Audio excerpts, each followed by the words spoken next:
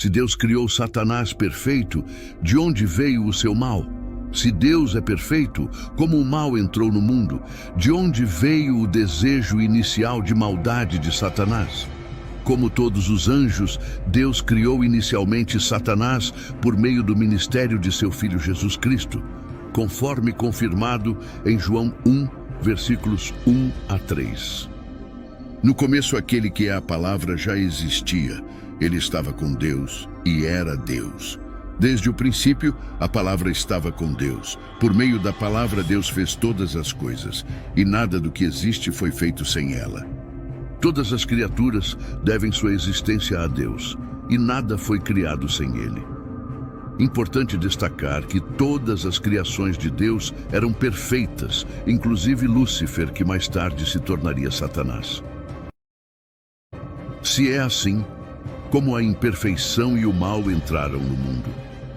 Como a humanidade e até mesmo alguns anjos se corromperam? Como Satanás se tornou maligno? A queda de Satanás da graça é verdadeiramente notável. Para entender isso, vamos ouvir como o profeta Isaías falou sobre a origem e a queda de Satanás. Como você caiu dos céus, ó estrela da manhã, filho da alvorada. Como foi atirado à terra, você que derrubava as nações, você que dizia no seu coração: subirei aos céus, erguerei o meu trono acima das estrelas de Deus, eu me assentarei no monte da Assembleia, no ponto mais elevado do Monte Santo, subirei mais alto que as mais altas nuvens, serei como o Altíssimo. Mas às profundezas do Sheol você será levado, irá ao fundo do abismo. Ezequiel pintou uma imagem ainda mais surpreendente do estado original, perfeito de Satanás e sua queda no abismo. Estavas no Éden, jardim de Deus, de toda pedra preciosa eras coberto. Sardônica, topázio, diamante, turquesa, ônix, jaspe, safira, carbúnculo, esmeralda e ouro. Em ti se faziam os teus tambores e os teus pífaros. No dia em que foste criado foram preparados. Tu eras querubim ungido para proteger, e te estabeleci. Permanecias no monte santo de Deus, no brilho das pedras andavas. Perfeito eras nos teus caminhos, desde o dia em que foste criado, até que se achou iniquidade em ti. Na multiplicação do teu comércio, encheram o teu interior de violência, e pecaste. Por isso te lancei profanado do monte de Deus, e te fiz perecer, ó querubim protetor, do meio das pedras afogueadas. Quando Satanás se rebelou contra Deus, não apenas trouxe a ira de Deus sobre si mesmo, mas também convenceu uma parte dos anjos a se juntarem a ele contra Deus.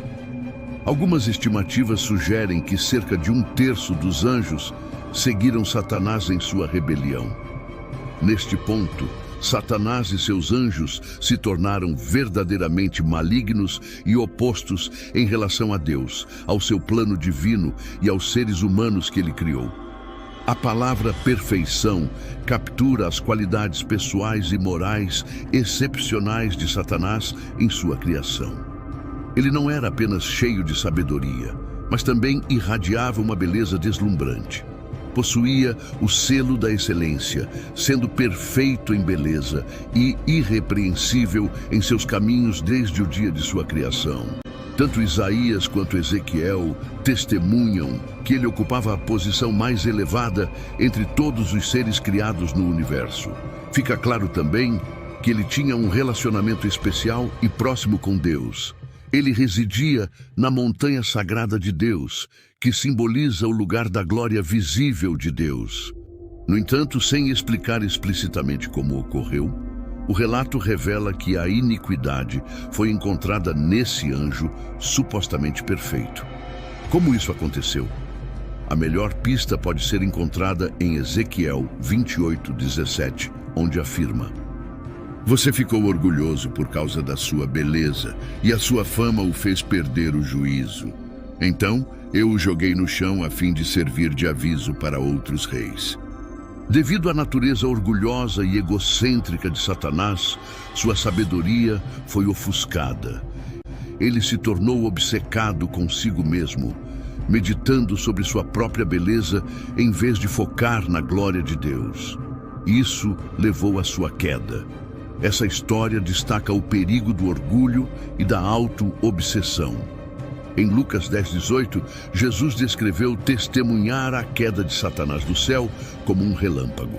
Para entender plenamente o que Jesus quis dizer, vejamos o contexto em que ele fez essa revelação. Foi quando os 70 discípulos retornaram após Jesus tê-los enviado para evangelizar e preparar o caminho para Jerusalém. Ao voltarem, estavam cheios de alegria e talvez orgulho pessoal. Eles relataram a Jesus: Senhor, até os demônios se sujeitam a nós em teu nome. Foi então que Jesus os advertiu contra o orgulho, dizendo: Eu vi Satanás cair do céu como um relâmpago.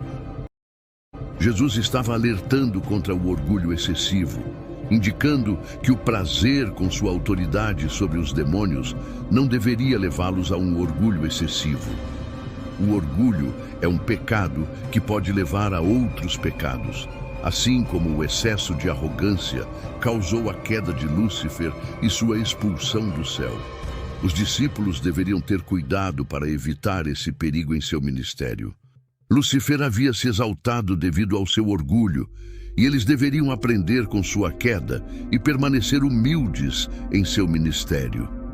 Como consequência de sua má conduta e rebelião, Deus destronou Satanás, e ele foi expulso de sua posição privilegiada no Monte Santo de Deus e veio para a terra após seu pecado original.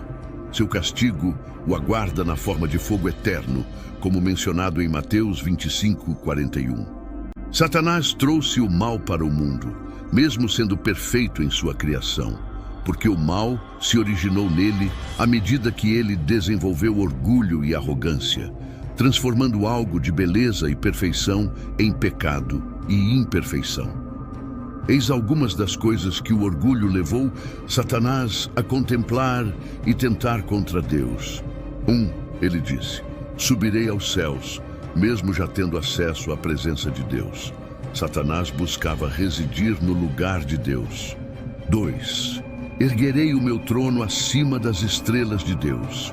A referência às estrelas simboliza os anjos, e Satanás desejava elevar sua autoridade acima de outros seres celestiais. 3. Eu me assentarei no monte da Assembleia. Isso indica que Satanás aspirava a governar sobre todos os assuntos. 4. Serei como o Altíssimo. Esta afirmação representa o auge de sua autoafirmação e rebelião, mostrando sua audaciosa ambição de ser igual a Deus. Devido à rebelião causada por seu orgulho e autoabsorção, a personalidade de Satanás sofreu uma mudança profunda, passando de perfeita para imperfeita. A santidade que ele uma vez obtinha de seu Criador foi perdida, e a corrupção tomou seu lugar. O momento exato da queda de Satanás não é explicitamente revelado na Bíblia. No entanto, podemos deduzir limites de tempo com base em evidências bíblicas. Em algum momento após a criação original dos céus e da terra, Satanás e seus anjos caíram. Permanece incerto se Satanás caiu antes ou depois da criação da humanidade, mas está claro que sua queda ocorreu antes de Gênesis 3, onde é registrada a tentação de Adão e Eva. Satanás enganou com sucesso e seduziu alguns anjos a se juntarem a ele em sua rebelião, levando à sua decadência moral permanente. Após essa sedução, não houve volta para eles, e eles estavam condenados a uma existência de pecado e destruição. O livro de Apocalipse 12:4 descreve simbolicamente como 1/3 das estrelas do céu, representando os anjos, foram varridos pelo dragão, Satanás, em sua tentativa de frustrar os planos de Deus. É crucial lembrar que a mesma Bíblia que registra a origem e a existência do mal também retrata Deus como completamente justo e perfeito em todos os seus caminhos. Ele vê o pecado como extremamente perverso e digno de julgamento. Deus não promove nem perpetua o pecado, como afirmado em Tiago 1:13. Ninguém, ao ser tentado, diga: Deus está me tentando, pois Deus não pode ser tentado pelo mal, e a ninguém tenta. A tentação não provém de Deus, mas surge de nossas próprias fraquezas. Deus está além da tentação, e ele não tenta ninguém. Satanás, com sua beleza, tornou-se uma fonte de orgulho que, no final das contas, levou à sua expulsão da presença de Deus. Seu próprio orgulho e autoimportância levaram à corrupção de sua mente. Ele ainda é impulsionado pelo orgulho, buscando usurpar o que pertence a Deus.